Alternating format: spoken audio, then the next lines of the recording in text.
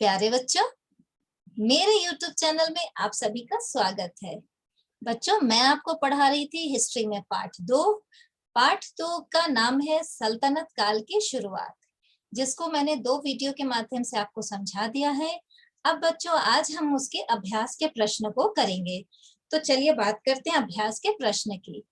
इसमें बच्चों अभ्यास के प्रश्न में सबसे पहले जो है सिंपल प्रश्न उत्तर आते हैं, जो कि 5 प्रश्न है। इसमें पहला प्रश्न है आपका, दिल्ली सल्तनत का वास्तविक संस्थापक किसे माना जाता है? तो दिल्ली सल्तनत का वास्तविक संस्थापक इल्तुतमिश को माना जाता है। एक और क्वेश्चन इसमें बनता है कि पहला संस्थापक कौन है? तो पहला संस्थापक तो कुतुबुद्दीन ऐबक ही था, लेकिन वो ज्यादा दिन तक शासन नहीं कर सका। वास्तविक संस्थापक इल्तुतमिश को ही माना जाता है। अब प्रश्न 2 है, 40 गुलाम सरदारों का संगठन किस शासक ने बनाया था? तो उत्तर है बच्चों इसका कि 40 गुलाम सरदारों का संगठन इल्तुतमिश ने बनाया था। और प्रश्न ग है, कुतुबुद्दीन ऐबक को लाख बख्श क्यों कहा जाता है? तो सिंपल सा उत्तर है, हमने वीडियो में भी आपको समझाया है कि कुतुबुद्दीन ऐबक को उसकी उदारता के कारण लाख बख्श कहा जाता था। वह लाखों का दान करने वाला दानप्रिय व्यक्ति था। नेक्स्ट है प्रश्न घ, दिल्ली सल्तनत में कौन कौन से राजवंशों ने शासन किया? तो दिल्ली सल्तनत में प्रारंभ में तुर्क वंश, जिसे गुलाम वंश भी कहते थे, जिसमें कुतुबुद्दीन ऐबक, उसके बाद इल्तुतमिश, उसके बाद रजिया सुल्तान, फिर नसीरुद्दीन महमूद, उसके बाद लास्ट में गयासुद्दीन बलबन। तो इनके बाद ये जो है तुर्क वंश के थे। इनके बाद क्रमशः खिलजी वंश आया, फिर तुगलक वंश आया, फिर सैयद वंश आया और अंत में लोधी वंश आया।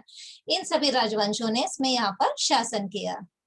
लास्ट प्रश्न है प्रश्नांग, बलबन ने मंगोल आक्रमण से बचाव के लिए क्या किया? तो हमने पहले भी आपको वीडियो के माध्यम से बताया था कि बलबन को जो है ये मंगोलों के आक्रमण की भयंकरता से वो वाकिफ था, उसको पता था।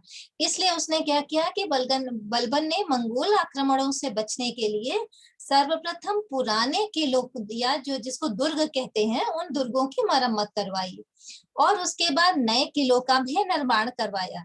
वहां पर विश्वसनीय और अनुभवी अधिकारियों, जिन पे वो विश्वास करता था और जिनमें जो एक्सपीरियंस थे, जिनके अनुभवी थे, तथा हृष्ट पुष्ट सैनिकों की नियुक्ति की। जो सैनिक दमदार होते थे, ताकतवर होते थे, तो उनकी नियुक्ति की और उनके लिए शस्त्र एवं भोजन सामग्री की व्यवस्था भी कराई।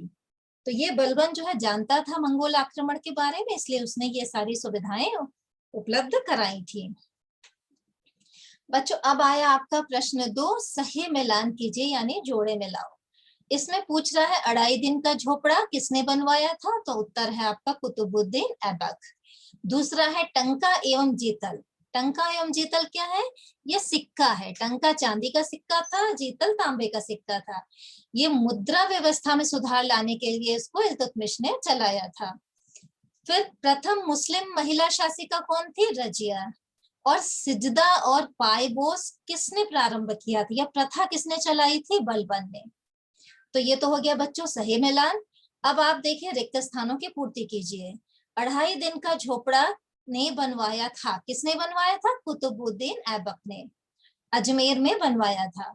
कुतुब मीनार को इल्तुतमिश ने पूर्ण कराया। इसको बनवाने का काम तो था कुतुबुद्दीन ऐबक का, लेकिन वो पूरा नहीं करा सका, जिसे इल्तुतमिश ने पूरा करवाया। फिर प्रांत, जिसको इक्ता कहते थे, उसका प्रधान अधिकारी कौन कहलाता था? जिसको कहते थे इक्तादार या अक्तादार। तो प्रांत का प्रधान अधिकारी इक्तादार या अक्तादार कहलाता था।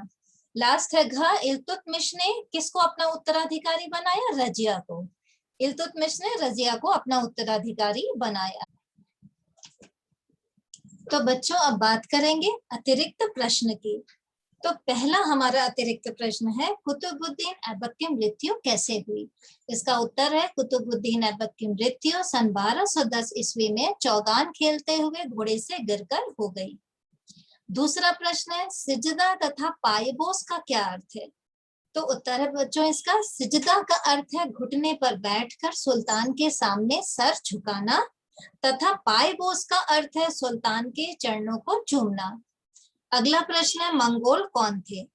तो बच्चों मंगोल मध्य एशिया, तिब्बत एवं चीन के क्षेत्रों में रहने वाली एक जाति थी और फारसी शब्द मुगल का भी उद्भव जो है इसी मंगोल शब्द से ही हुआ है। तो बच्चों ये कुछ प्रश्न थे। अब इसके आगे है आपका बहुविकल्पीय प्रश्न। बहुविकल्पीय प्रश्न में है आपका पहला, इल्तुतमिश द्वारा चलाया गया टंका नामक सिक्का किस धातु का बना था? हमने आपको बताया था कि इल्तुतमिश ने मुद्रा व्यवस्था में सुधार लाने के लिए कुछ सिक्कों का प्रचलन किया था। तो जो टंका नाम का सिक्का था वो किसका बना था? सोना, चांदी, तांबा या लोहा? तो इसका उत्तर है चांदी। दूसरा प्रश्न है, रजिया किसकी पुत्री थी? कुतुबुद्दीन ऐबक की, इल्तुतमिश की, नसीरुद्दीन महमूद की या बलबन की? तो इसका उत्तर है बच्चों इल्तुतमिश की। नेक्स्ट है, सिजदा एवं पायबोस नामक परंपरा किसने शुरू की थी? तो बच्चों ये सिजदा एवं पायबोस नामक परंपरा हमने अभी आपको बताया था, उसका अर्थ तो ये जो बलबन ने शुरू किया था, इसका उत्तर है बलबन।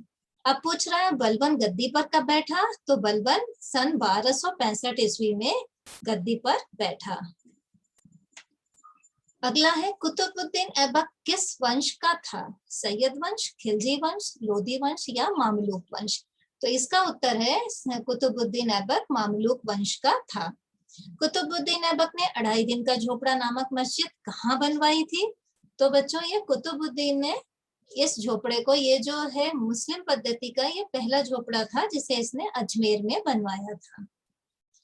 और बच्चों ये अंतिम प्रश्न है आपका, दिल्ली सल्तनत का पहला शासक कौन था? तो दिल्ली सल्तनत का पहला शासक कुतुबुद्दीन ऐबक था, लेकिन अगर वास्तविक शासक पूछा जाए तो आप इल्तुतमिश का नाम लिखेंगे, क्योंकि कुतुबुद्दीन ऐबक ज्यादा दिन तक शासन नहीं किया था। उसने शुरुआत तो की थी, तो पहला शासक वही था, लेकिन वास्तविक संस्थापक जो है, वास्तविक संस्थापक उसको इल्तुतमिश को माना जाता था। तो बच्चों आज बस इतना ही। और आप जो है अगर मेरे चैनल को अभी तक सब्सक्राइब नहीं किए हैं तो इसे आप सब्सक्राइब कर लीजिए, जिससे आपको समय समय पर टाइम पे मैं जो भी वीडियो इसमें डालती रहूंगी वो आपको उसका नोटिफिकेशन आ जाएगा और आप अपनी पढ़ाई अच्छे से कर सकते हैं। तो बच्चों इतना ही, थैंक यू।